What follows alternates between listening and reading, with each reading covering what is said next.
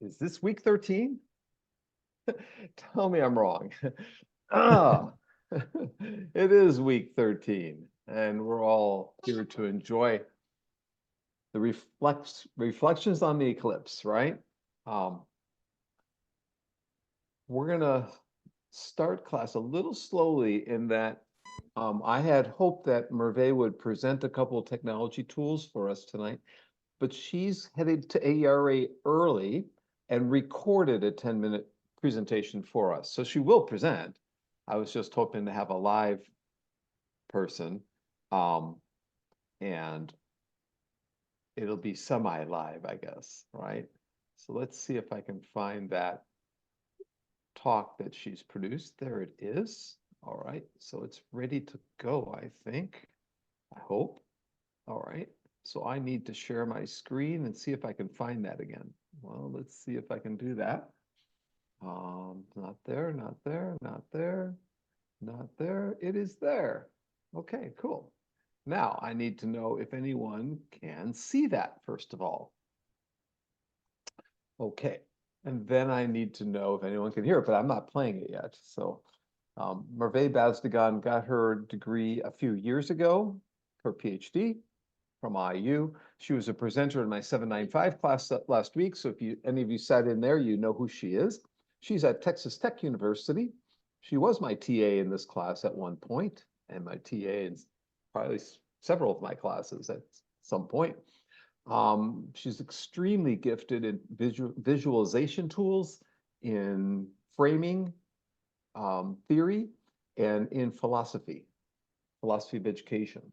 Also, learning technologies. She knows a whole lot about them, in particular, how to create courses that address diversity, equity, and inclusion, which she did for the School of Public Health here at IU. She also worked for our current dean, back when the dean was the vice president of information technology, learning technologies. And Merve was on the Mosaic active learning project with her. So she's done several things as a postdoc before going off to Texas Tech. So she was here a little over 2 years, I think, after getting her PhD. And so not the normal 1 year, but I think it was 2 years. And she's, like I said, been involved in learning technology throughout her whole career. She has an undergraduate in computers and technology from Turkey, a master's degree in computers and technology from Turkey, and a PhD from Indiana University, where she studied a whole bunch of dissertations, like hundreds of dissertations in Turkey on online learning, virtual learning, e-learning, distance learning, and all sorts of other similar topics, and sorting through those from a particular philosophical standpoint. So today is a little more on the practical side. It's not going to be diving deep into the articles for this week.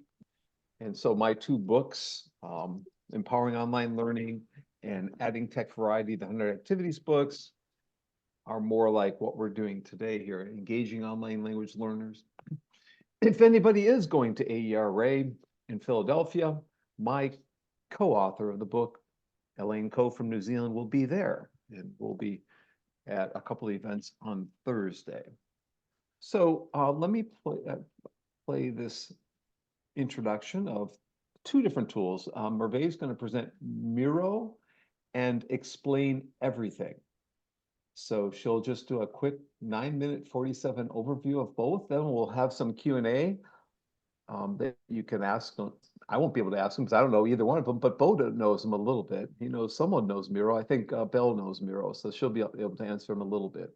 Then we'll go to Belle presenting Notion and a couple other technologies, and then we'll go. We'll go to Belle first, and then Beau. Both in Lafayette, both the home of the Purdue Boilermakers basketball team, which plays tonight for the championship. So let's go. Let's see what she's got.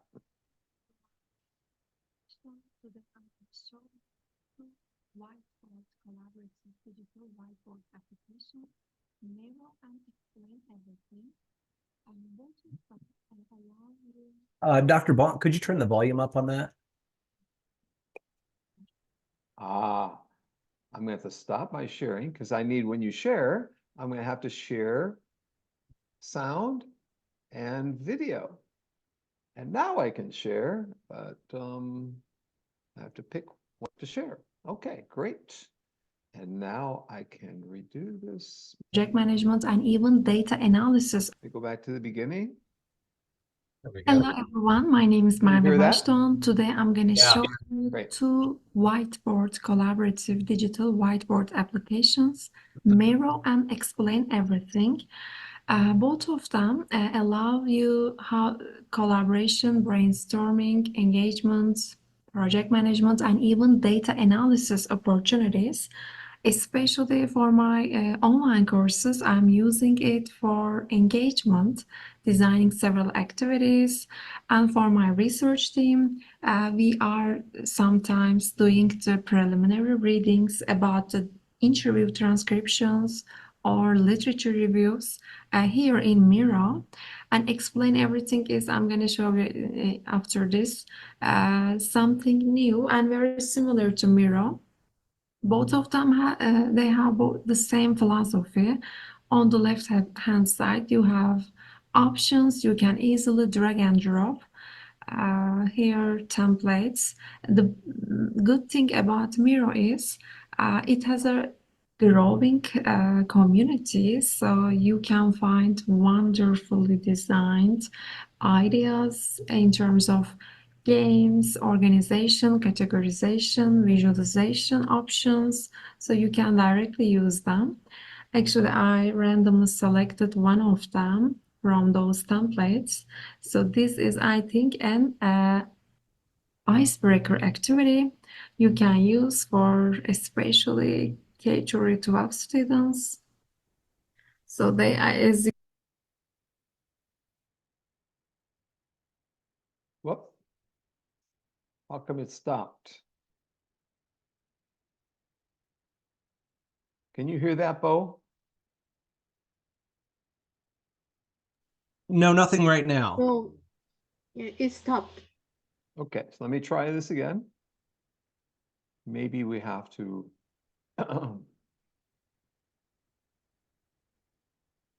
hit some kind of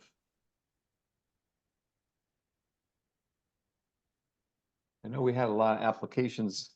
It may be the system. No?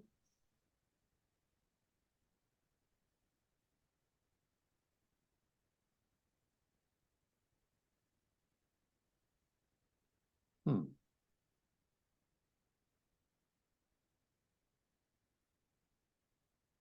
Let me try this. Troubleshooting here. I'll try and refresh the window. That usually should work. Of course, it wants me to give the passcode.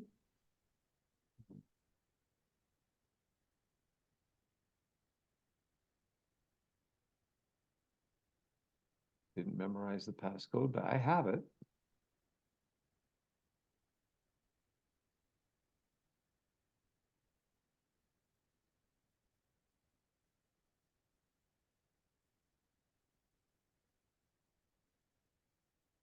Okay.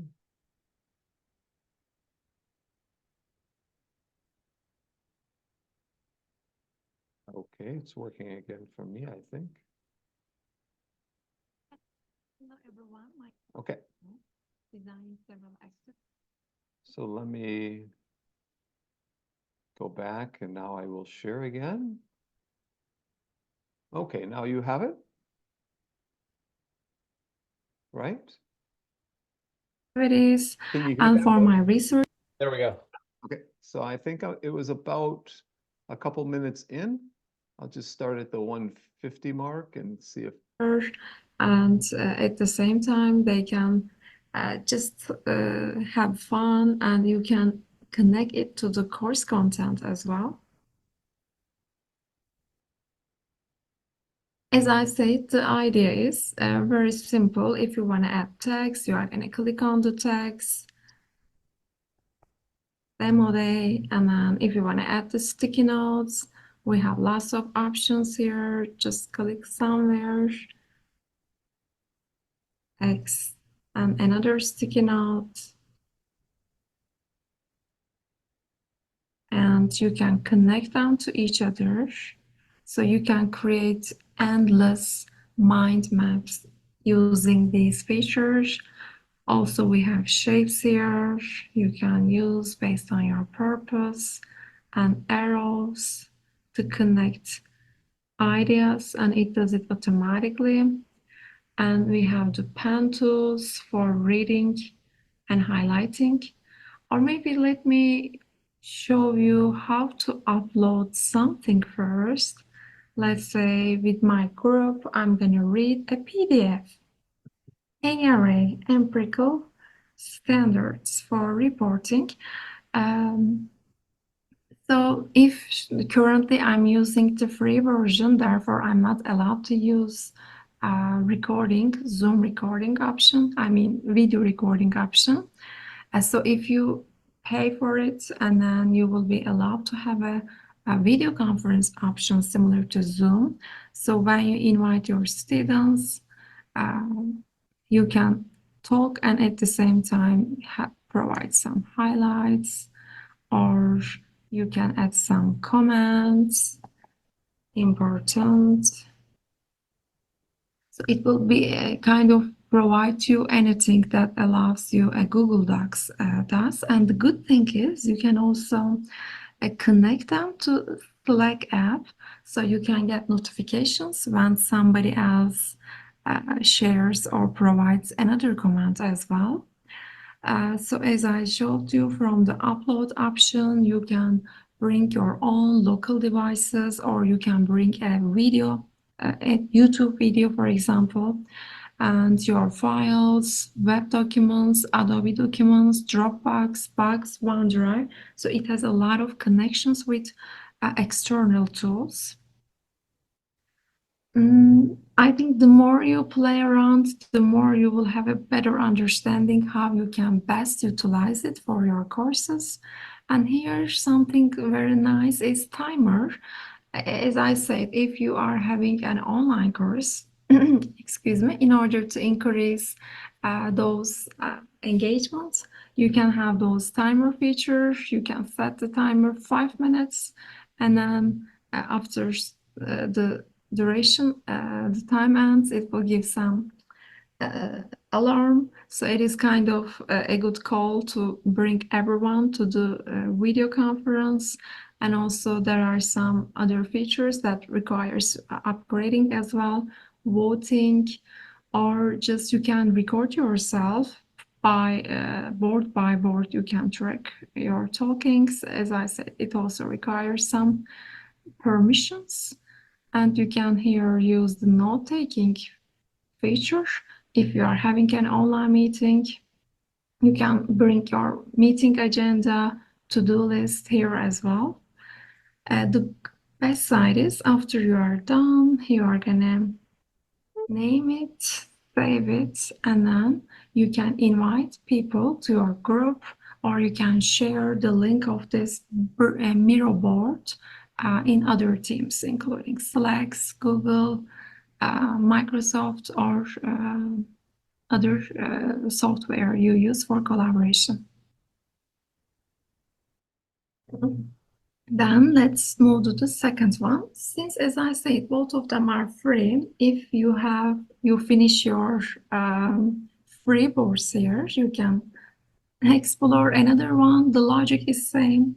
When you click on the create a new one, it will bring you a blank option, a template or file.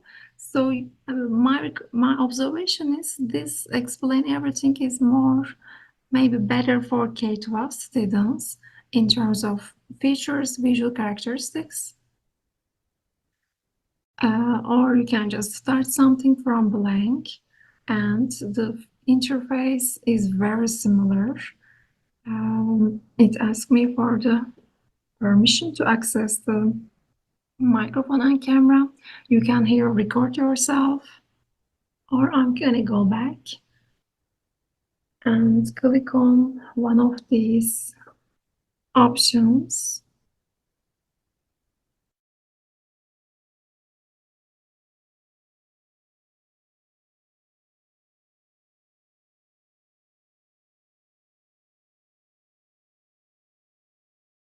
So let's say I'm gonna use this one.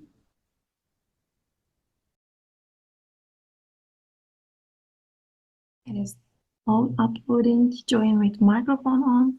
So once you start, you can, let's say this, as I say, the logic is similar. On the left-hand side, you will see the menu items, including pencils, crayons, erasers, shapes, text, and other options to upload a photo, a file. Let's go with the file again. And I'm going to bring my PDF, or you can bring your only PowerPoint presentation as well. So it brought my documents. So while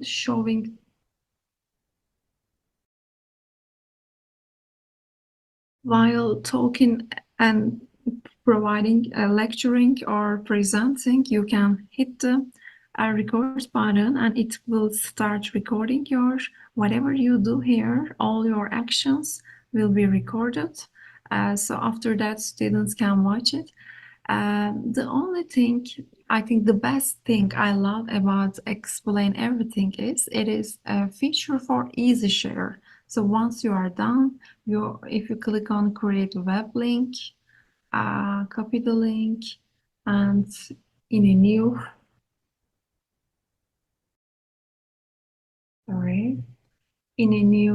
window, when you open it, it will bring your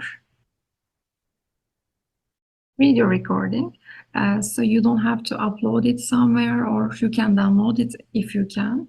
But it is very quick access and something that might save time for you.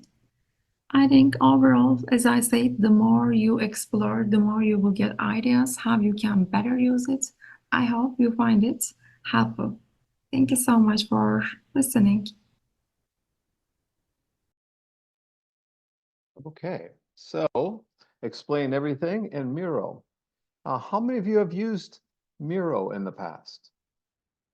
Beau, Amelia, Jill, Suman. Okay, so it's a popular tool. And how many of you have used Explain Everything? So the same people. We have some techies in the room. Amelia, you're missing out on that one, Amelia. How many of you have tried Thing Link? So Thing Link. Okay, Amelia has. So that's, and Jennifer has. So that's a tool that Merve likes as well, because you can embed links to web documents or whatever websites within a page on the web. How many of you have used Canva? Canva to design images and whatnot. Okay, same people again. So we have, so before we go to Belle and have her do some presentations, maybe we need to have Beau and Jill and Amelia and Sumin talk about their favorite tools, especially how they use Miro, since we just saw it, or how they use, what was it? Ask everything. What was it? Is that Explain right? Everything. Explain Everything. Yeah. So Yeah. either Explain Everything or Miro or ThingLink or Canva. What do you like about those tools? Maybe we'll start with Jill. Okay.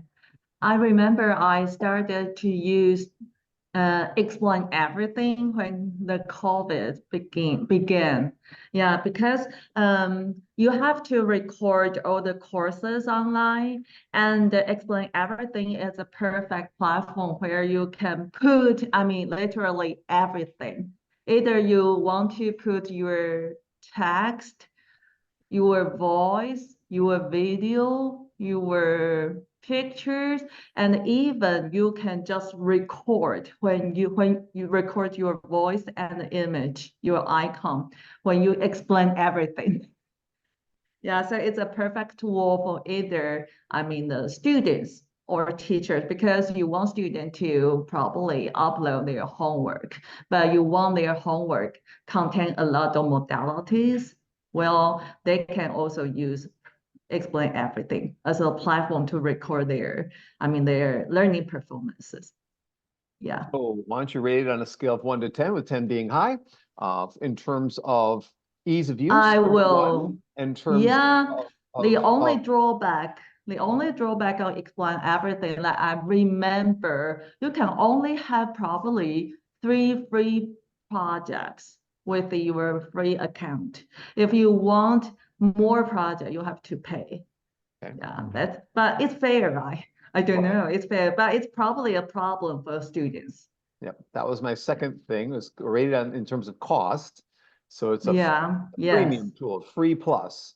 How yeah. about rated in terms of power, like creativity power? Oh, I think it's quite 9 to 9. Okay, I won't give 10 because I don't think I don't think there would be something that to be perfect, but 9 would be Okay, fair to it.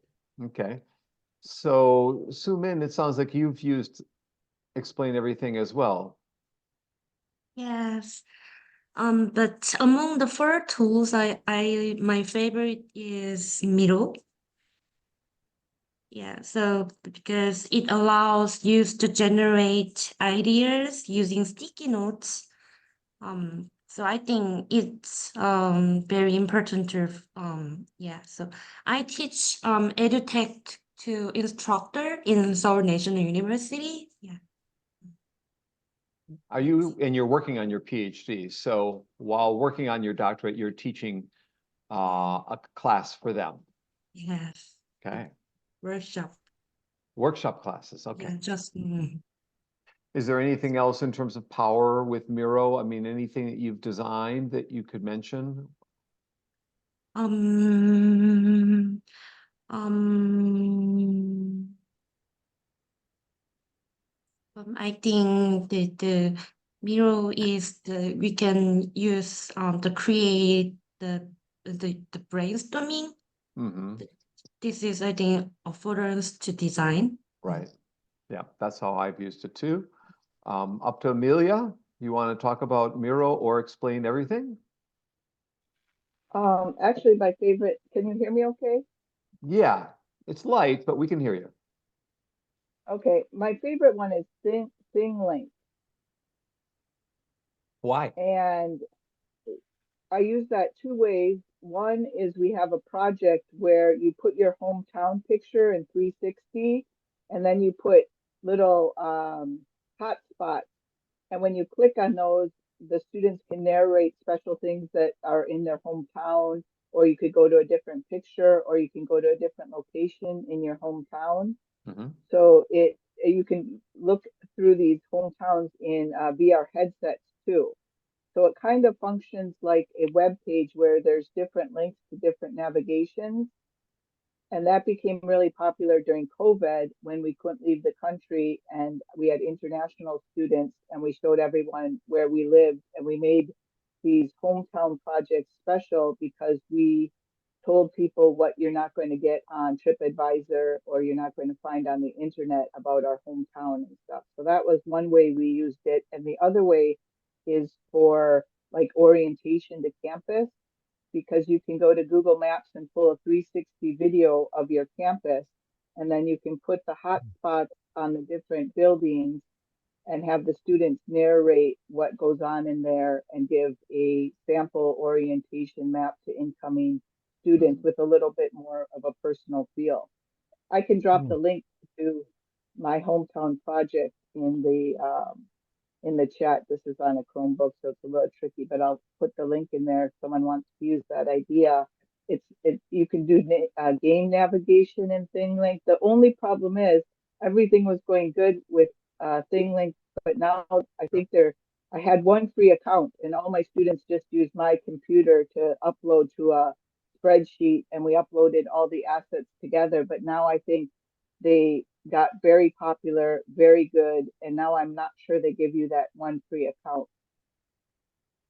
That's what happens, eh? And that's why educators get nervous about endorsing a particular tool. And that's what we get nervous about, or they get nervous about free stuff. They don't trust that it'll be there in 2 years, and they design curriculum with different tools in it, and then those tools don't exist. And so they're left to fend for themselves and find other tools. And it's not it's not a happy scene anyhow.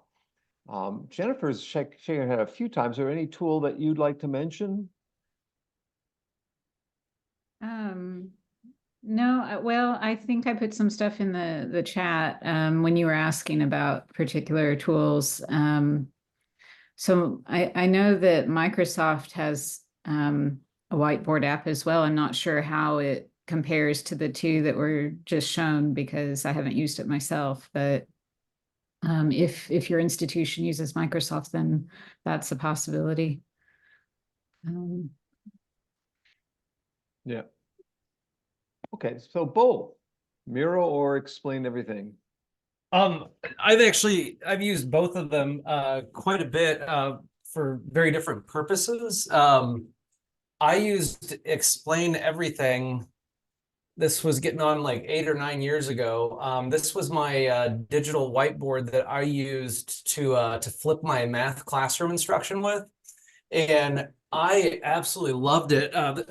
Keep in mind these were 4th and 5th graders that I was making these lessons for, but I ended up making about 115 online instructional videos for my math students, and I loved the capabilities because all of a sudden I was able to do something with the digital whiteboard that I wasn't able to do demonstrably on like our physical whiteboard, where I could show the growth of numbers when we multiply them by tens, hundreds, or thousands, and they could see that we're not just adding zeros, we're actually, pulling the numbers and making them larger in comparative to where the decimal location is. And so that was a really a great tool that I used. You're right. I think that was Jill who mentioned about like 3 projects until the free version is up. And so I did end up, actually paying the subscription fee for that for quite a while because I found enough value in it. It was really nice. Dr. Bonk, if you're comfortable with it, I was planning on presenting a little bit on Miro tonight as well. And I do have an example one that I was going to bring up, and I was going to ask everyone to join in on if that was possible. That way they could get a real feel for the application. That sounds great. Okay, so cool. Merve wanted to show a third tool, which is an immersive learning tool, a virtual world tool. But it was in maintenance, so she didn't get the chance. That's why her thing is shorter than I expected. Here's her message to us. So it was called Verbella, and she did demo it. It's in your weekly, maybe week 3 videos, so you can watch that. She did a demo. I posted it to Zoom. It'll be in your playlist for the end of the semester, of course. Belle, did you want to talk about Miro or explain everything or something else before you go to present? I only used Miro, so I don't know about other tools, but I use Miro mostly for creating flowchart because it's really good to create flowcharts, and sometimes use it to create interactive activities. Okay. Any questions for Beau, for Amelia, for Sumin, Jill, Jennifer, or Belle? They explained a little bit more about these tools. Does anyone have a comment or a question? Yeah, Risa. Risa, you're muted. There you go. Yes. Hello, everyone. Hello. My question is somehow both relevant and irrelevant to your words. Sorry. I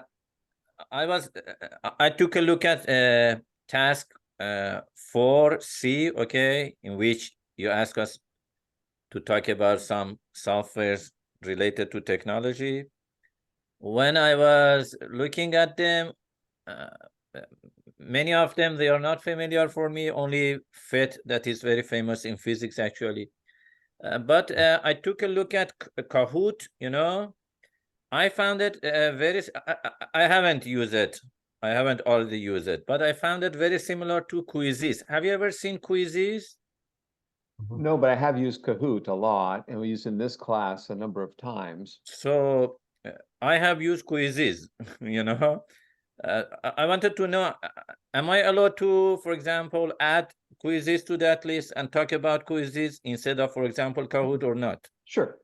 That's only a sample list. You can, there's probably hundreds of other tools. So, and we'll talk about many of them tonight.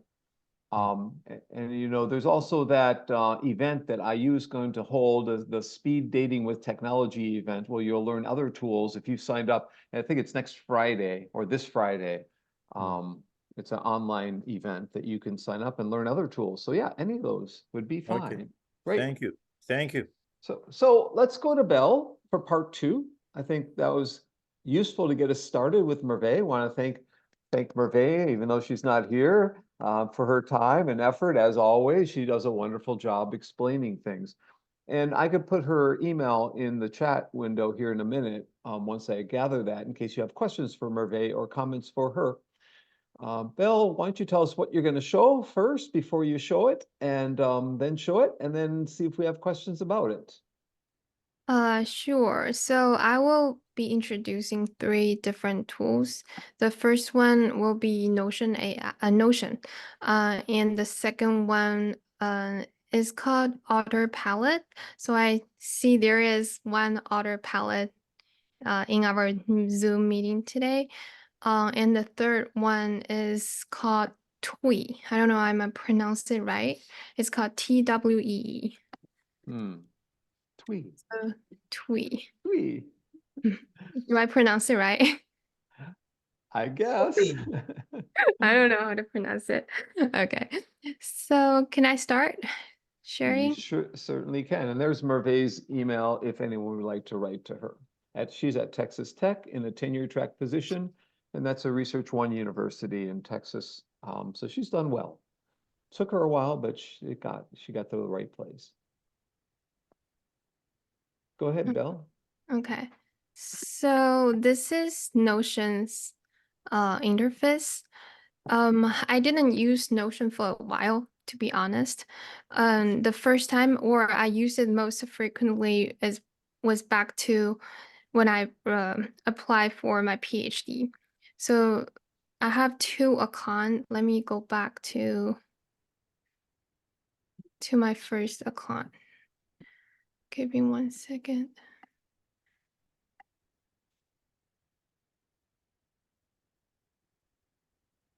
So for this one, Notion is really good tool for like organizing your content, and if you have a lot of things that you wanted to just using one page to format and organize everything, this is really good tool, but it require a little bit learning curve. And the first time when you explore this tool, you will find a little bit overwhelmed because it's a lot of features. For example, I used it for documenting my PhD application, and in one page, you could use different way to present your information. For example, I'm using table in this page, and I using this called toggle list to organize the informations. And also you could use this dividers to just organize the information better. And you can have, for example, subpages if you have specific information that you wanted to document here. You can even have more subpages to link to the page. This is better. I'm not using this one because most of the project that I'm doing now is collaborate with others, and most of the people are more comfortable using Google Drive. But if I can choose, I definitely will use Notion. And I wanted to show you guys more examples by using another account.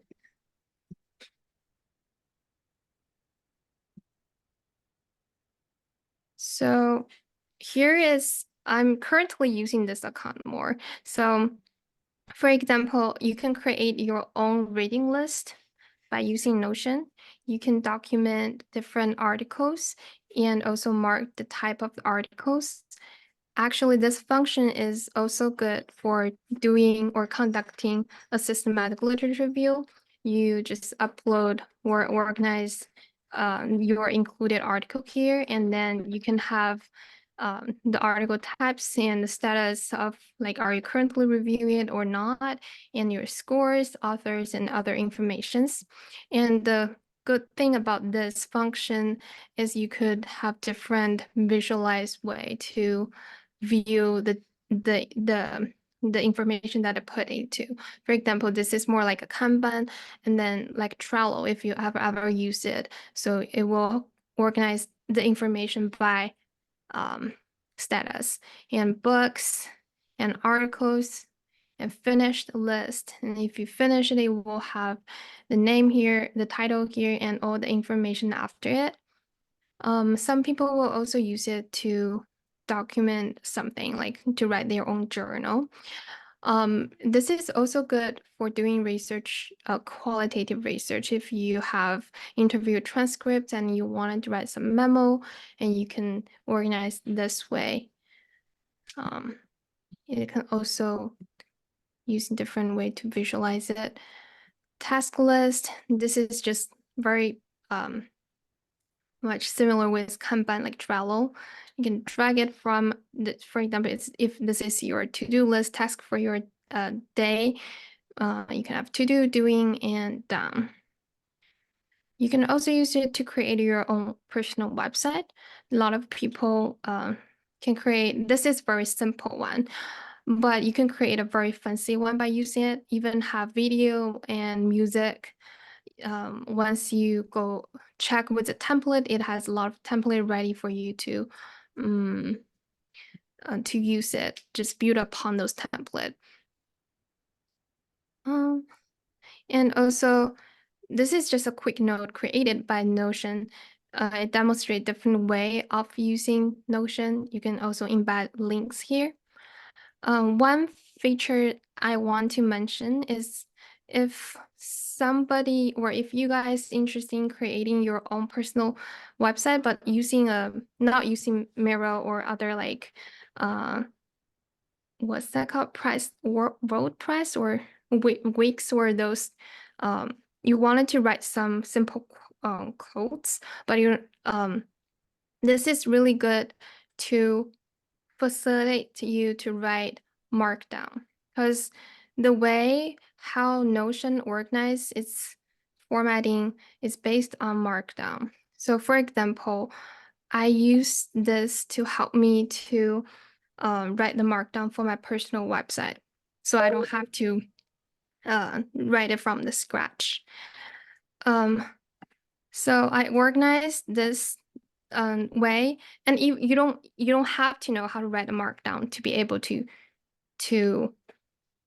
write it. You just need to click press slash, and then it will have those basic blocks, and you can choose whatever you want. For example, this one, I just press slash, and then I choose this call out, and then you will have this block. You can design this way and add images and other stuffs in it, and also have like level 1 title or level 2 title. And the thing you need to do is just to export it as a markdown file and copy based on the markdown, and then copy it into whatever website you're built on. For example, you can see this is the project that I using Notion to format, and then this is the website, exactly the same format on my own website. So it saved me a lot of time.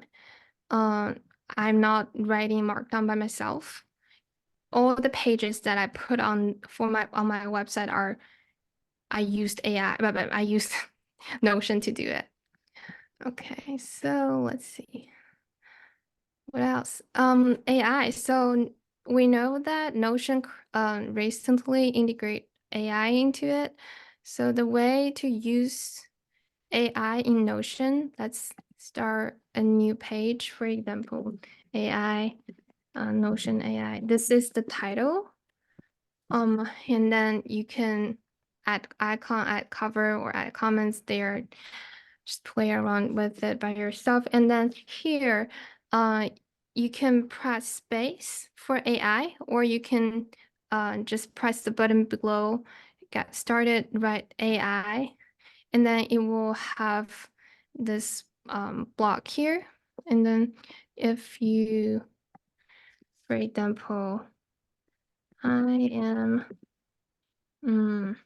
giving a talk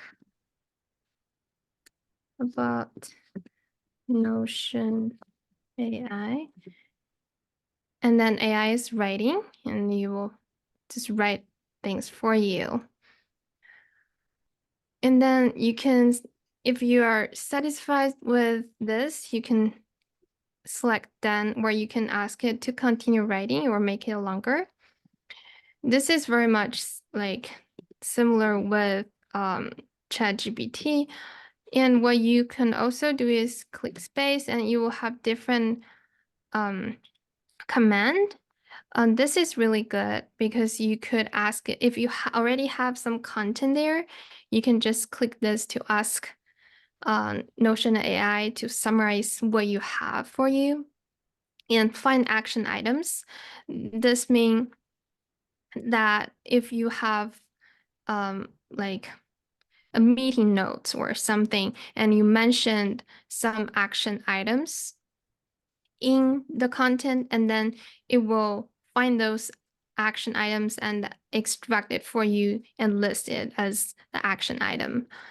And it will also, it's easy to translate into in other languages and fix spelling and grammars. It can also help with brainstorming. I remember, yes, it can also help with brainstorm, outline, social media posts, and more. So this is how AI was integrated into Notion. So if you have any, I don't know, like, do we want a Q&A session here or after I introduce all three tools? We should stop for a second. First of all, the question came up, is it totally free? Yes. Okay. Other questions about Notion? Who has used Notion in the past? I have the notion that one or two of you have used this. Okay. Pun intended. Bad pun. Alicia, what's your thoughts about Notion? Yeah, I think that Notion is a really useful app, and I do use it frequently. And like Belle said, I also have the reading list and try to give Notion actually is a personal working space for me.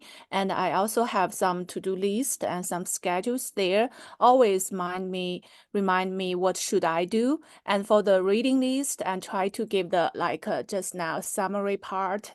And also now let me start my Notion. And I do think that sometimes I didn't use AI part a lot, but I try to make it organized, and especially for some different courses.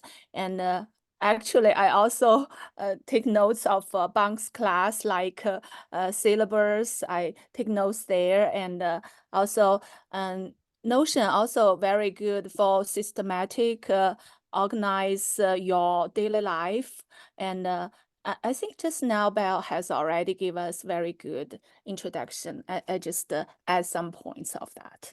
Okay, thank you. Thank you for that. And Sumin is shaking her head yes. So do you have a comment, Sumin? I use Notion every day. So from managing my resume, calendar, checklist, and preparing presentation, I do everything on Notion. So and there are also cases where it's used as an alternative to LMS for educational purpose. Anyone else? Yeah, Sung-hee.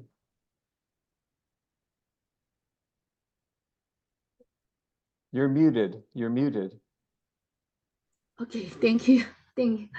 Sumin, I have a question. Before you use Notion, what kind of an app do you usually use, and what different things, and what's your most favorite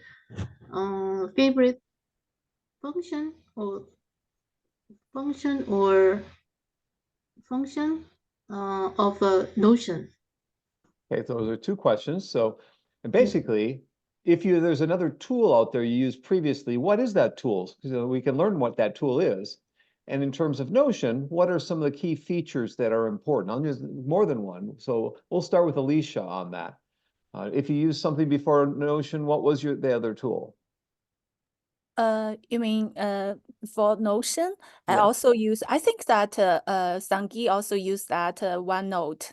It's actually have similar function. Yeah, I saw you use OneNote. Yeah, and if you use, I think it's you use one is okay because a lot of similarities of Okay. them. Okay. And are there particular features of Notion that you love to use? Is there one thing that strikes you as really important? You ask me? Yeah. Oh, okay.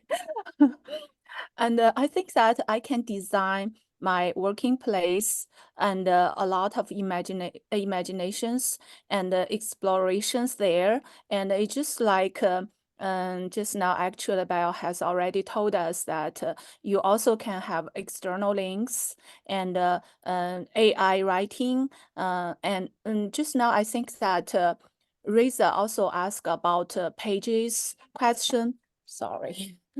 Page's question, and I don't think I have this. I cannot use 30 pages to on my by using Notion. No, and maybe some other like other account members, they can do it, but I cannot. Yes. So, go ahead. Yeah, yeah. I also should mention that if you have like a timetable is also very good to use Notion, and you can draw your own timetable. And they also have property formulas, and you can try to fill in every like part and make it clear for you and remind you what are they, and like reading part, like I like put into abstract and summaries and like research gap, and you can do by yourself what you prefer to do, and especially according to your personal style, reading style, and what you want to learn from this article, like Dr. Bank always share us a lot of articles. Maybe if we want to learn it a lot, you should try to put important part into Notion and try to review it or preview it. And also, it's very helpful for me to understand those articles, especially if you have a lot of articles there. Okay. Thank you. Sumin, you want to add anything to that? Before using Notion, I used Trello. I think Yes. the Notion's advantage is the high degree of freedom. So I can design and I can make a homepage using a lot of blogs. So I think it is best advantage of Notion. Oh, I think having used Trello a little bit and seen Notion, I think Notion has more freedom, more flexibility, more creativity, but at the same time, that comes with a cost. And that cost is you have to know a few more tools. The more you have to understand more. Trello is pretty easy to pick up, like in 5 minutes you can be using. To be a effective user of Notion, it might take you a couple of days to figure it out. Right? That's my take. Do you agree? yes, I agree. Notion is, I think, a little difficult for beginner. And Jill's shaking her head. You want to add anything, Jill? I try to use Notion, but I have I don't know. Probably. I have a worry because you upload everything into the Notion, but I'm not sure if Notion now is linked with for example, the Google Cloud or some the cloud drive. I'm not sure because if you upload every your piece of information into their database, once the Notion, I mean, it's broken or they have to be paid in the future, then all of your data would be, I don't know, yeah, in some concern. Right. Okay, so let's go back to Yeah. Belle. Anything you want to add, Belle? I'm not sure it's like Notion AI free or not, because it's free. I think it's free for all the students. If you have a student account, then it's free. Am I right? Because mine, it seems it's free for like, or you have a school account. If you are a teacher, it's free as well. I just went through the sign up process while you were demoing, and yeah, there's definitely a difference between the just like standard Notion and then the student version of it. And so when you do sign up, make sure that you're connecting it with your student account. After you get in there, it looks like you have to apply for the student status. So it must take like an hour or a day or something like that for their organization to go through and vet each one of the applications they get in. You're muted, Dr. Sorry, for part 2, Belle. What are you going to Okay. show us in part 2? So my next one is Otter AI. So I don't know how many of you have ever used Otter AI. It's basically I use it for transcript the interview. It will automatically record it and transcript for you as this one. So if you are in a meeting or like conducting an interview, after the interview, it will give you a list of keywords and speakers. But like speakers, you have to have a paid version. But the basic version, it will also transcript for you. It's just not give you like who speak what. You have to work on it by yourself.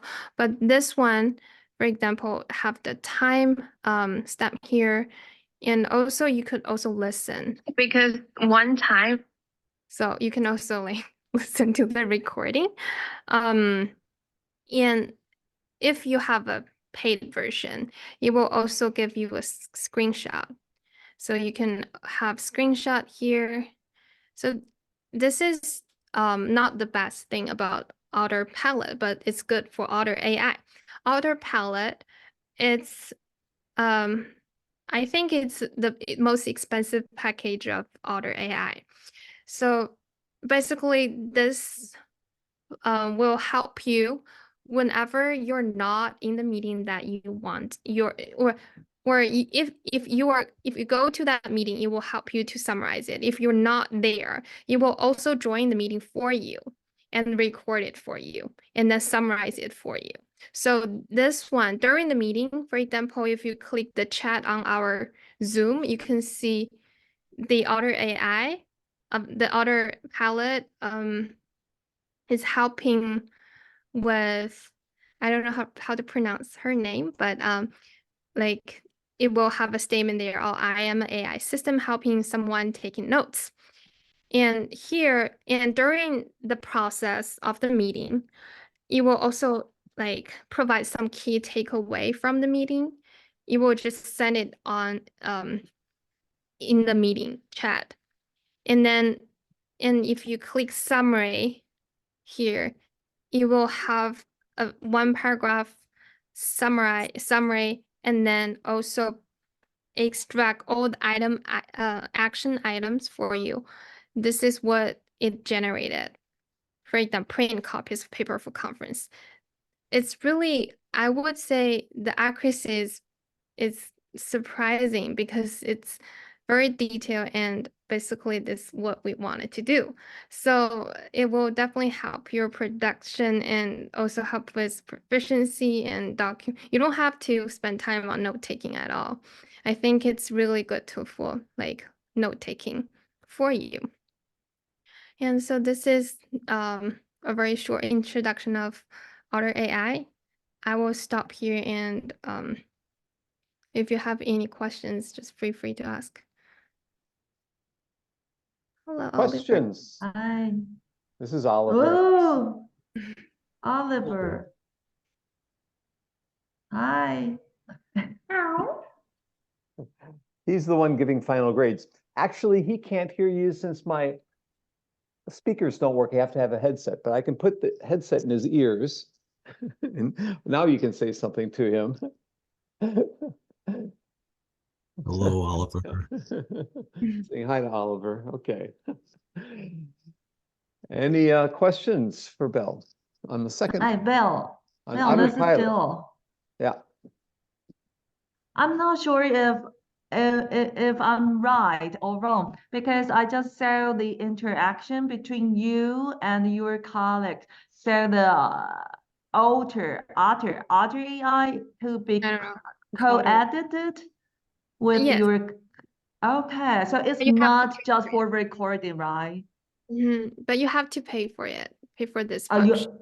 okay, got you. It's very interesting. Okay, thank you. I will say I do love otters. I worked in the zoo once, and those are not my favorite animal, orangutans, but otters were probably number 2 or 3. Penguins, otters, orangutans, and I don't know, zebras maybe. I don't know. So best job I ever had. And that includes this one. Right, mister? Okay. Other questions for Belle? If not, we'll move on to the third tool, Belle, which Okay. is, this is the third and final one, right? Yeah, the final one. It's And tweet. then we'll go I to might Beau. pronounce it right. And then we'll go to Beau after this. So here we go. So this is the last tool that I'm going to introduce. I think it's most useful, or it's only useful for language teachers, but I think most, like some of you are teaching language. So ChatGPT is good, but you have to spend time on play with it and do prompt engineering.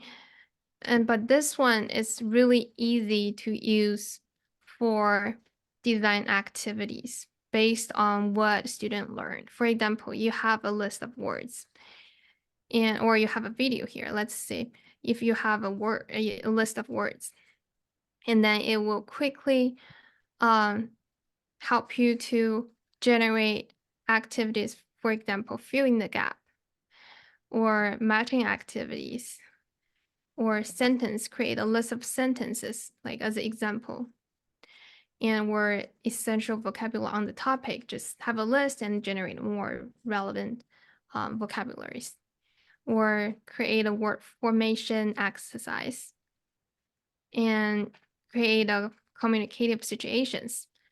So this is for word practice, and this is for like reading a text for true and false, ABC questions, open-ended questions.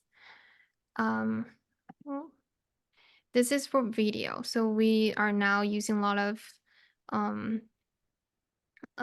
videos for student to watch and then summarize it or like doing some kind of activities. So this is, you give a video and it will generate activities for you.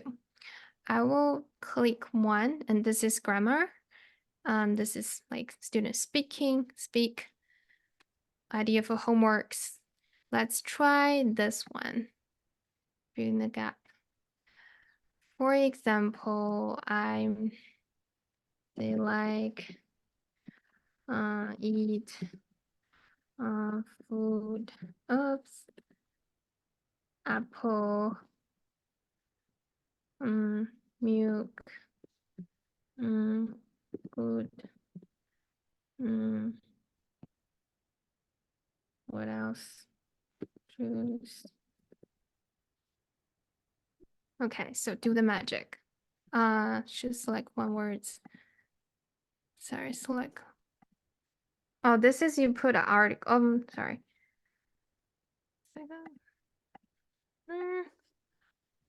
1 second.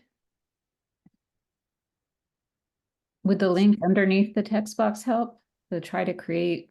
Yeah, let's just try to create a topic. Okay, do the magic.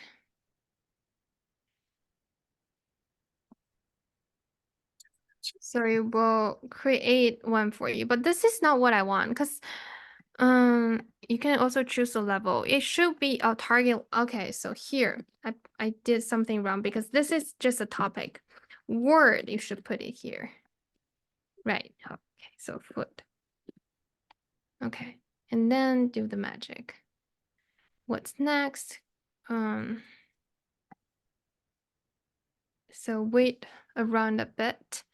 It will generate an activity for you.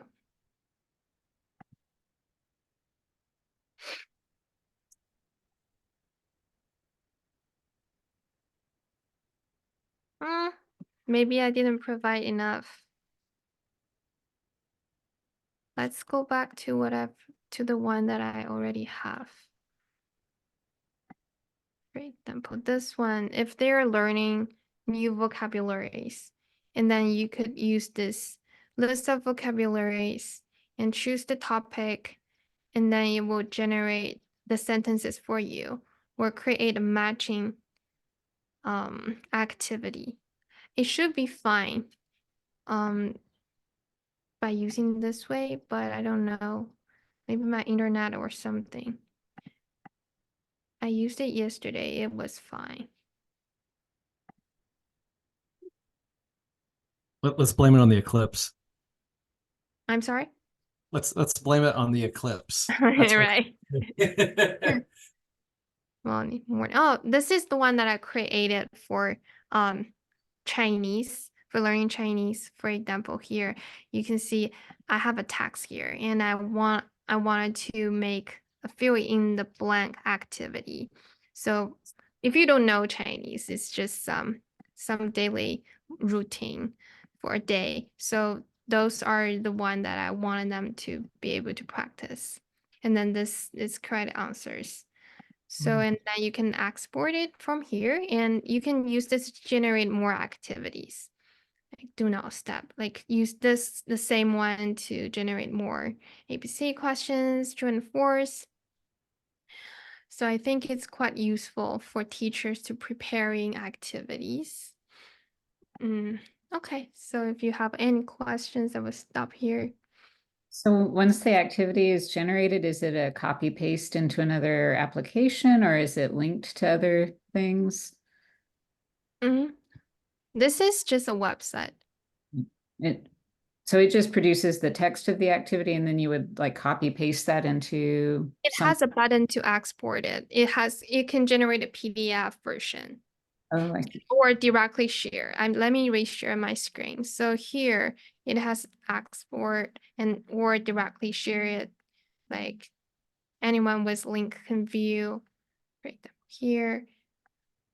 But if you're saying the activity and then you can save it as a PDF or export it to Google Form, but you know, this requires you to pay for it. But I think just copy and paste is easier, right?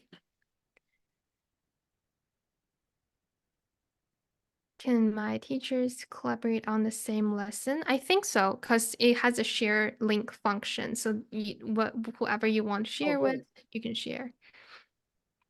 And then I have a follow-up question. If I have, this looks great, by the way. Thank you so much. I can see 100 uses for this. But if I have the students complete something outside class, is it easier for AI to complete an assignment that was written by AI? Yes. Definitely. Yeah, that's what I thought. So that, yeah, but it's very useful. And for my other teachers in my department, if we just did one of these for everything, that would be really useful. So thank you. That's when you need the PDF and print out the paper. Take all the devices.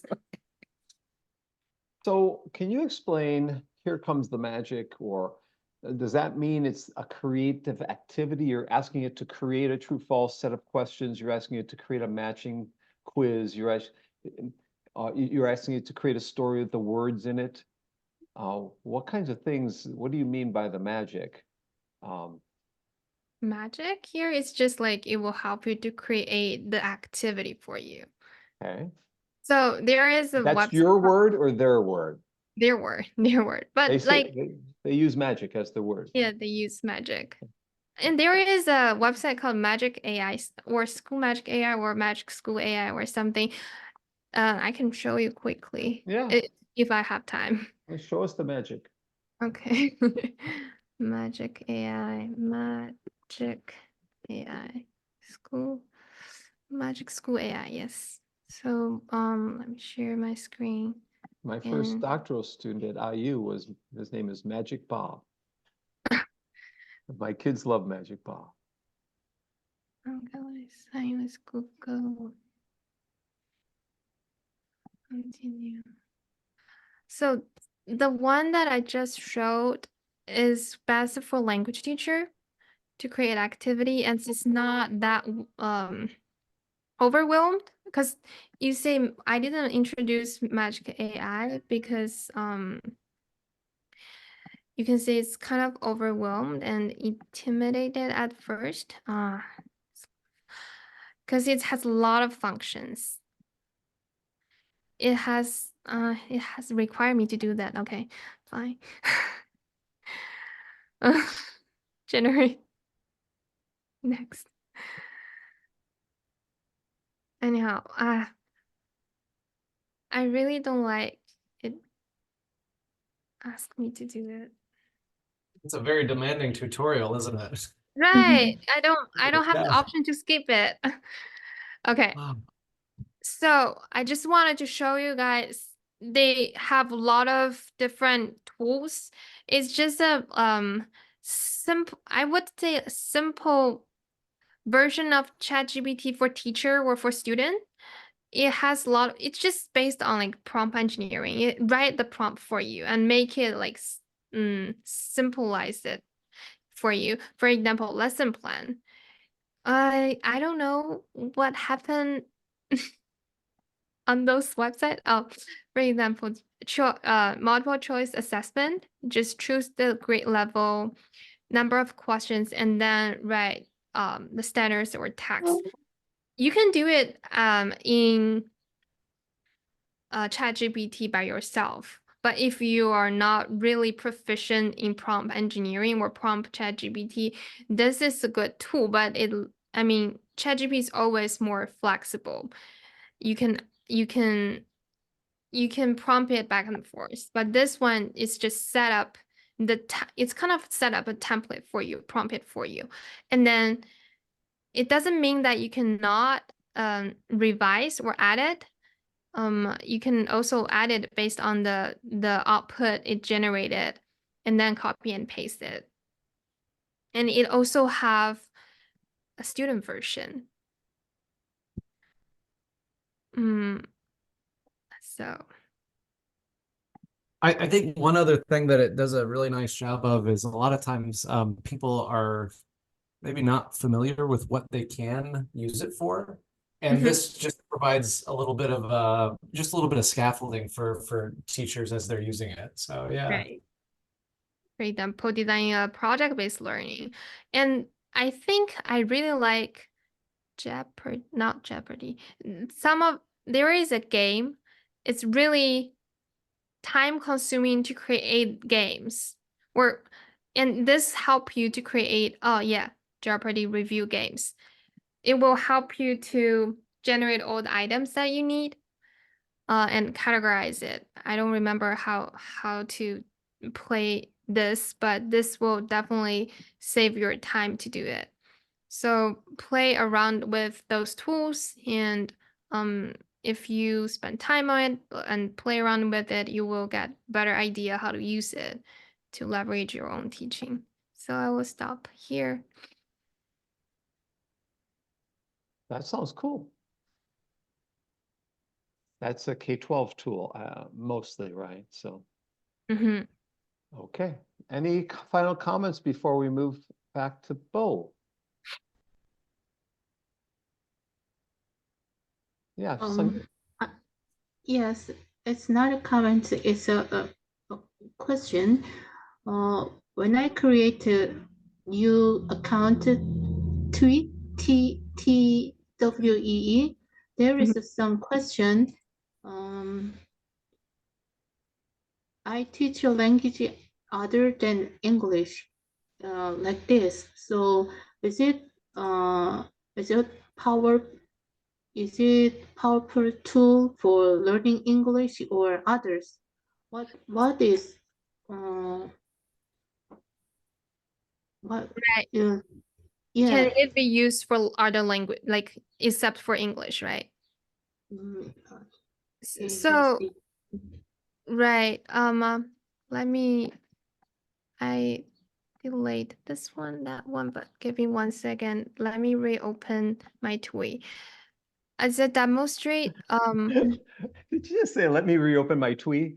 There's magic, there's magic words, Yeah. there's, you know, just like, we should have some secret code talking about software tools or something like that, you know, I mean, secret handshakes. I just wonder I can use this tool to another subject. Yes. so I wonder the same way because I wanted to use it like for learning Chinese, not English. So I thought it would not support because if you click language here, it only have those language listed here, but Chinese is not there. But if I type in Chinese, it still will generate whatever I want. Because I think the system doesn't need to understand what I put in. If I'm just using it to design like a game like this, but if you are generating a new text, it probably won't be able to do it for you because it has to be able to, not understand, but at least recognize it. So, so you can try to use it for other languages, but I successfully use it for Mandarin. I would say some of the function may work, but some are not.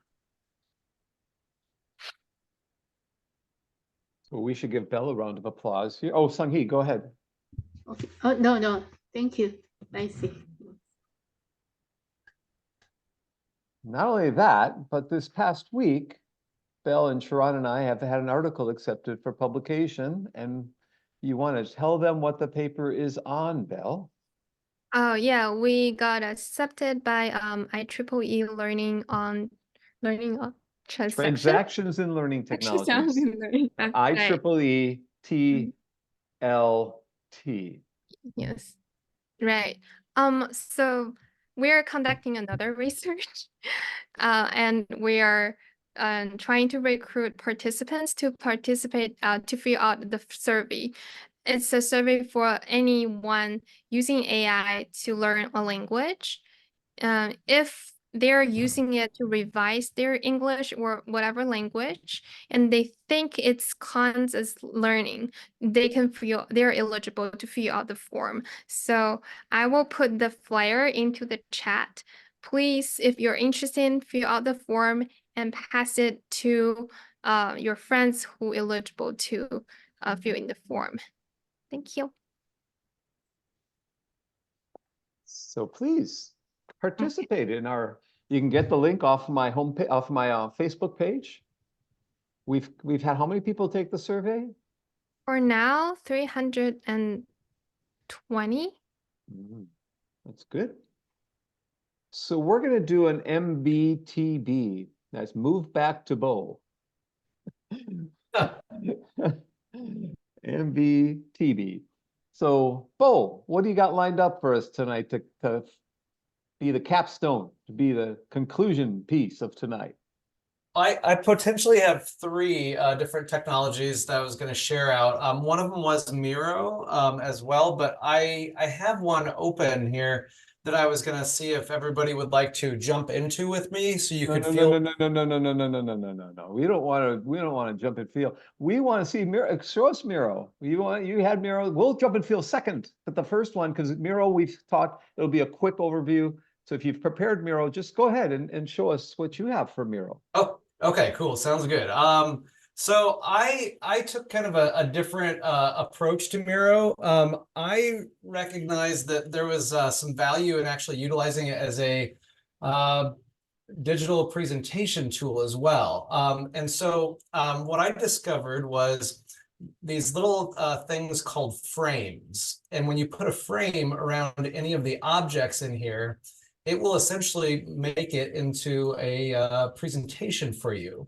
And so I'll go ahead and I'll take us into our presentation format. Let me go up to my very first one. There we go. So this presentation was specifically focused on project-based learning, driving questions within it. And what it allowed me to do is I could do this in a virtual setting. I could do it in a face-to-face setting as long as my participants had devices with them.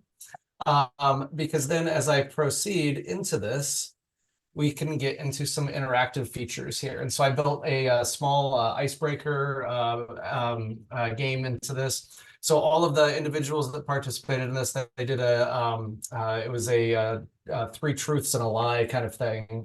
That was the big fun one. These other ones, or sorry, 2 truths and a lie. These other ones were just so that we could get to know the application a little bit and learn a little bit about each other simultaneously. But then what was really nice about this on the user screens, what they would see essentially is it would refocus as I move about throughout the whiteboard. And this was really nice because they could still jot down ideas or thoughts that they had during the presentation anywhere that they wanted to. And we could revisit those later. But then when it was time for me to move on to the next slide, that's, it would refocus on their screen. So I knew that all of my learners were going to be on the same page with me as I was going through my presentation. The next thing that I wanted to share with this that was really nice, and I highlight this for teachers, is that as we talk about students' learning styles and their preferences, I try to curate resources for them in multiple formats. So I had just very straight up text-based format for the students demoing how to upload videos to YouTube. I did the same thing with videos, and then I did the same thing with an infographic over here on the bottom portion of this frame here as well.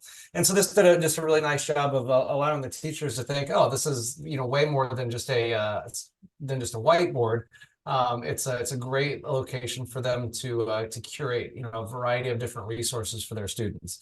I really wanted to show this video tonight because it's hilarious and it's actually local as well. We have an Asian carp problem right now in the Wabash River.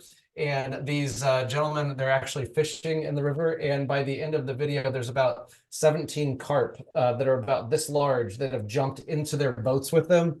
Apparently they get stirred up by the propellers in the water. But you just tried to bring in a variety of different things so the teachers could see how interactive and how collaborative this environment can be. No. You got to play at least a minute and a half of that video, or maybe 2 minutes. Good. Please.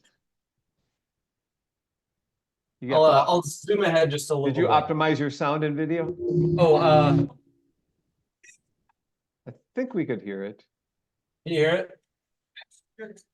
You want me to put the sound on?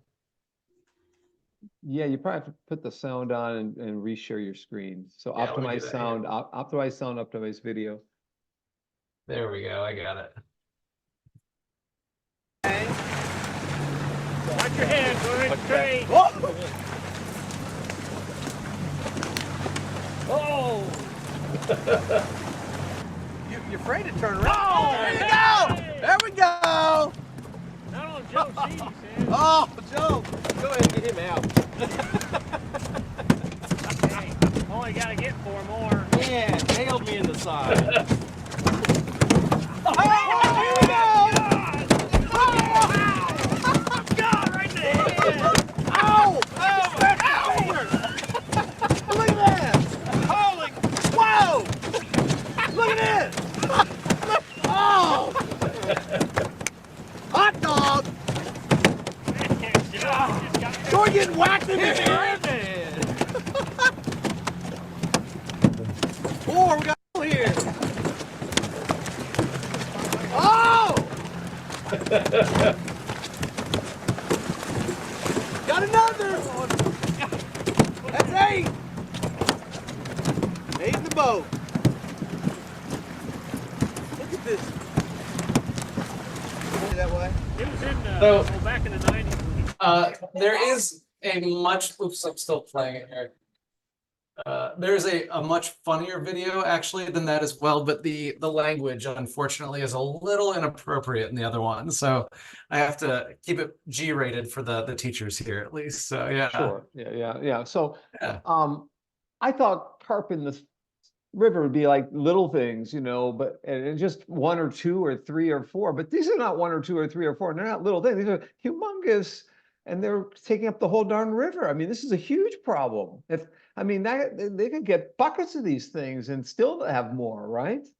Well, then the other issue with them is that if you throw them back in the water, technically that's illegal. It's a $500 fine for each one of them that you don't kill. So because of how invasive they are. Yeah. Right. Wow. Yeah. Okay, so you were showing that as an embedded link for a presentation. Well, and what we were also using that for was the inspiration for the development of a driving question. So, what can we do to address the issue that's being created by these fish within the Wabash? And it's something that was local here, and something that was relevant to the teachers that I was working with, but also it was eye-catching as well. So, my gosh. So Beau, when you're sharing the link for your audience to see it on their own screens, are they just getting a link to the frame and then the other pieces are linked within that, or do they see the whole layout? I'm kind of having trouble wrapping my mind around what. Yeah, so let me come back here for 1 second there, Jennifer, and I'll show you that. It's actually pretty simple. Very similar to the way that you would share a Google Doc with somebody. You would just hit your share button right here, copy the board link, and then if I put that in the chat window right now, all of you would be able to be immersed within the exact same environment that I would be in. The one caveat that I would say on that, that the first time I used this was very distracting for people, especially like me, who suffer from a little bit of ADHD.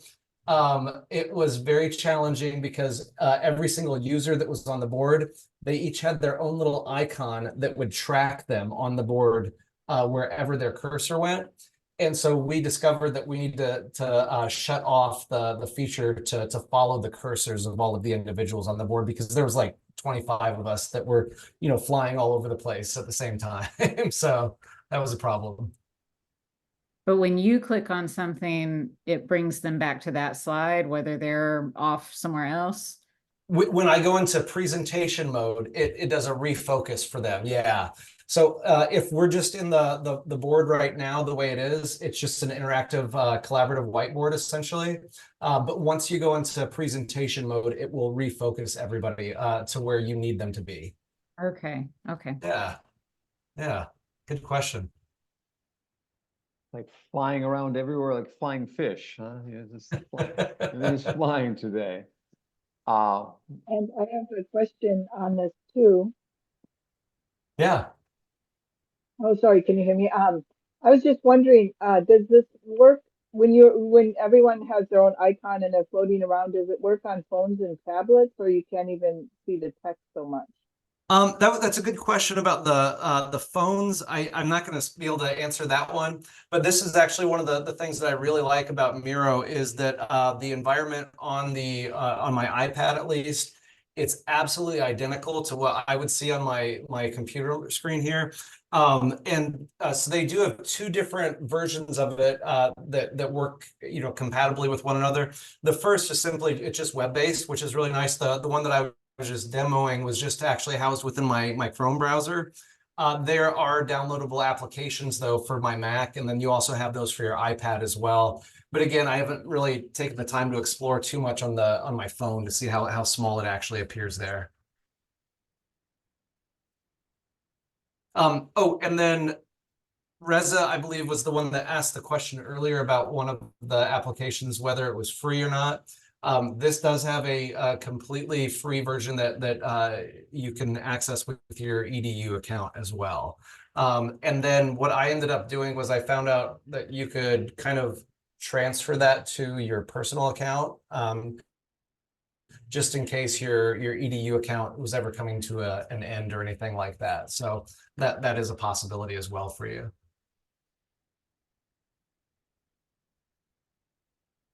So probably we need to go on to tool number 2, Beau.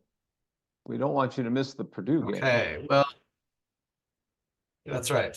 And then this is the one we're going to practice. The next one here. We're going to practice with this one, right? You said hands-on? Well, we were going to practice with the Miro one, but that's okay. This will be definitely something very practical as well for everyone. So I'm assuming the majority of us have seen ChatGPT by now. One of the things that I wanted to bring to everyone's attention, though, this would just be for some of the newer users, is ways that you can use it a little bit more intentionally through the development of your own personal GPTs within this. Dr. Bonk had already asked a question previously about Canva. There is a Canva GPT that's been developed in here. And so you can actually go ahead and type into the prompt area on this now what exactly you're looking for in like a graphic design. It will create a preview of the image, and then it actually links into your Canva account now, so you can bring that design to life very easily. But what I really wanted to share with you, for those of you who've not gone and taken like your statistics course yet, this came in very helpful. I made a statistics study buddy this year, and I was going to go ahead and demo the creation process for one of these for you. So the first thing that you'll need to do is you would click on this Explore GPTs area here. This is with the paid account. I'm just letting you know that. So that's the way that I've gone about doing these. You'll come up here to either My GPTs or Create. If I go to My GPTs, it shows you all of the ones that I've already developed in the past, and it just provides that list here for me. There's quite a few of them, so it's got to kind of load them as we go along. So that's just where those are all located. But then if you come up here to creating your own, it will bring you into kind of a new environment.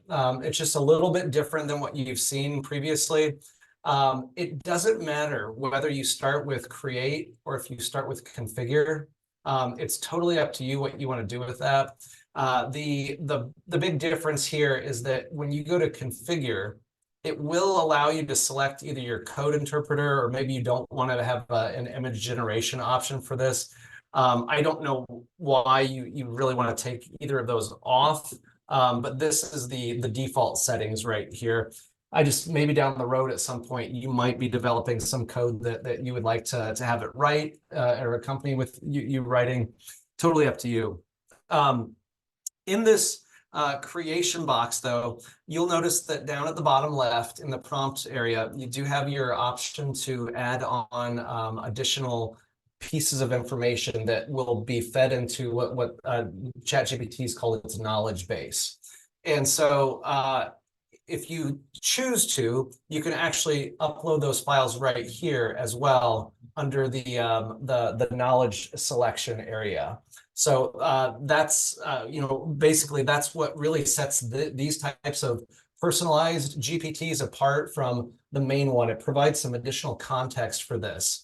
But what I ended up doing, though, for my statistics one, this is what I really wanted to show you here, was I found out that it was struggling just a little bit to, I guess, parse through all of the information if you were uploading, just one PDF document after another to its knowledge base. And so what I did was, this actually shows you the power of this. It's really cool.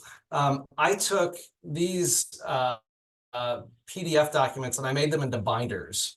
And so essentially here in binder 1, this was 358 pages worth of statistics notes for my stats course from the lab portion of it. and this second one right here was like 160 pages of notes from the lecture section of the course. And so what I was able to do is I was able to feed these into the knowledge base for it. And what I would do then, as I would utilize this as a study buddy, is I would say, let's see, can you provide me with the assumptions of a one-way ANOVA, and provide me the section within the lab notes what housed within your knowledge base. That's two.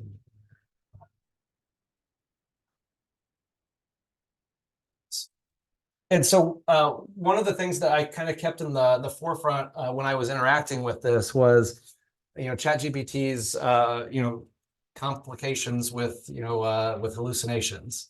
And so I would always put in this little second portion of this. Now it's saying it's not going to find them, but I would always put in this second portion where it's going to tell me where I can find them within the notes. And that way I can cross-reference just for insurity purposes there. And it did a phenomenal job of helping me out with that. I would have taken probably, I don't know, an extra extension on every single assignment had I not used this. It was very helpful for that specific purpose. But one of the things that I've noticed is that a lot of people struggle with utilizing that knowledge base feature of it. And especially recognizing that you can merge multiple PDF documents into one giant PDF document for your purposes. And that in my opinion, was the most powerful part of this for what I needed it for, at least.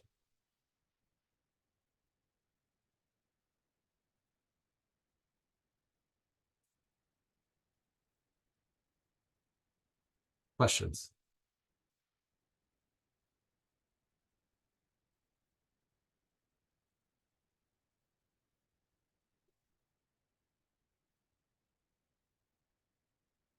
Any comments or questions?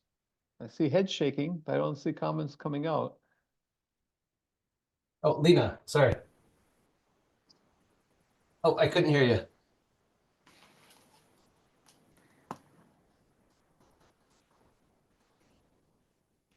Are you guys able to hear her? No. Sorry. Wait a minute. Can you hear me now? No, yeah. Yes. Yes. Okay, there's something wrong with my the microphone here, so I will not use that. So I really want to say thank you, Belle. So actually you solved my problem. I did that before. I mean, used GPT explorers and to create my own GPT, but I didn't know clearly about the knowledge part about uploading. But you gave me the very clear example to show that. So I may try later. Thank you for that. Yeah. The other thing that I didn't do when I put in my prompt that really worked is I said, I want you to consult your knowledge base. It sounded very formal, but it really did work well for me. So yeah, so that was nice. Okay, thank you. Yeah.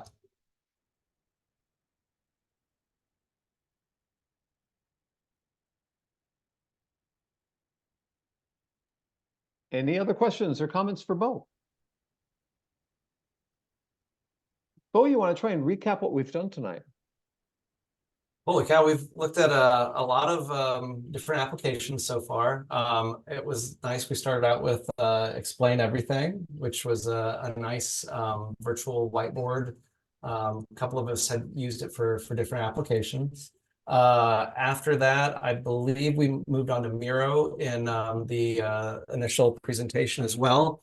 And again, I think it was actually very nice hearing all of the different use cases that we'd had for that throughout the group here.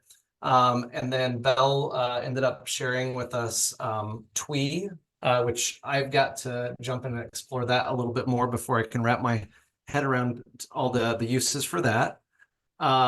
After Twee, I believe, came Notion, which was a markdown note-taking app that seemed incredibly versatile, much more than I would have anticipated, with especially with the AI integration and the HTML development in there. That was really cool. Then she had one more application, but I can't remember right now. Somebody's got to help me on that one. Otter AI. There we are. Okay, cool. And yes, Otter AI has been great. I've used it before in the exact same way that she did for my transcriptions. That was incredibly wonderful tool in any type of qualitative interview work that you need to do. I would definitely recommend that as well. You might ask yourself, what's the big difference between Otter AI and Zoom's AI companion that's integrated into the application now? Otter AI was much more precise in identifying like exact wording in the interviews than Zoom. It was more just a comprehensive review of what had taken place and what was said during the conversation. And then we took a look here again at Miro and some interesting work with ChatGPT's personal GPTs that are now available to everyone. So that was it. It's a good night. Thank you, Beau. So there were a lot of things that we did talk about. There's many more that we could have. In a 15-week course on emerging learning technologies, I think it's appropriate to have one of those weeks exploring those technologies, even though at the 600 level, normally a course on theory and research behind them. But it's good to take a break every once in a while. And maybe we've had a couple demos during this course. We've had guests come in during this course to speak about other technologies in the earlier weeks of this semester. Jill asked about the 100 Activities book that I co-wrote about ChatGPT or generative AI. There's only one problem with that question, Jill. I didn't write a book or co-author a book with 100 Activities AI. I did buy a book with 80 activities, and this book is called 80 Ways to Use ChatGPT in the Classroom Using AI to Enhance Teaching and Learning. The author is Stan Scrubbit, like S-K, let's see if I can put this in, S-K-R-A-B-U-T. So his first name is Stan Scrubbit. And so it's a recent book. I think both of these are 2023 or 2022 because both these just came out, right? And the second book I bought is ChatGPT for Teachers, AI in the Classroom, Harnessing the Power of ChatGPT for Effective Teaching by Pacifico Zanzara. And this one, it kind of has like 100 different activities. It kind of lists them. Both are very thin, both are very cheap, both are very practical. And so, yeah. Now, if you want to get more technology-based learning, next Friday at 12 o'clock, IU will have a speed dating with technology event online in Zoom from noon to 1:30, I believe. Yeah, noon to 1:30. And so maybe Beau and I can find the link so you all can sign up. I think I sent it to you all once already. But Beau, see if you can find it, and we'll forward it to everyone if they want to take that. I'll start looking right now here. Yeah, I attended the face-to-face version of that last 2 weeks ago. This is the online version, so they're holding 2 of these. Any final comments or questions? So I appreciate everyone coming for week 13 of this class. In week 14, we'll not meet on Monday. We'll be meeting on a Wednesday, and we'll not meet to hear about one person's research or 2 people's. We're going to have 4 of the authors of the articles for week 14 join. And the first is Michelle Gribbins, who's my former EDD student, recently graduated. I co-authored the article with her that we'll talk about that was in the special issue of British Journal of EdTech, but we'll have 3 other people come in as well. So we'll be setting that up. So next week, so we're not meeting again this week, and next week we don't meet Monday, we'll meet a week from Wednesday. And the following week, we'll meet on Monday, again, our normal time, either 6 or 7, to have you present your final projects or talk about There's no points on this, just whatever you want to talk about for any of your final projects. Number 4, number 5, number 6, number 1, number 2. Just want you to chat about what you learned and what tasks you've chosen. And maybe you got something that you're really proud of and want to impress us with. Maybe you got something that you built partially and you're going to keep building and you want some feedback on it. Maybe you evaluated tools like Miro and Kahoot or quizzes or some other tool. That's fine too. It doesn't matter what, but I'd like for all students in this class to say something, anything, but in particular about their assignments that they selected. But it could be about things you read during the week. That's fine. So that will take us through the week 15, and that's our final week. I've given you an extension on the due date, so some of you have gotten that. So you got a few extra days, right?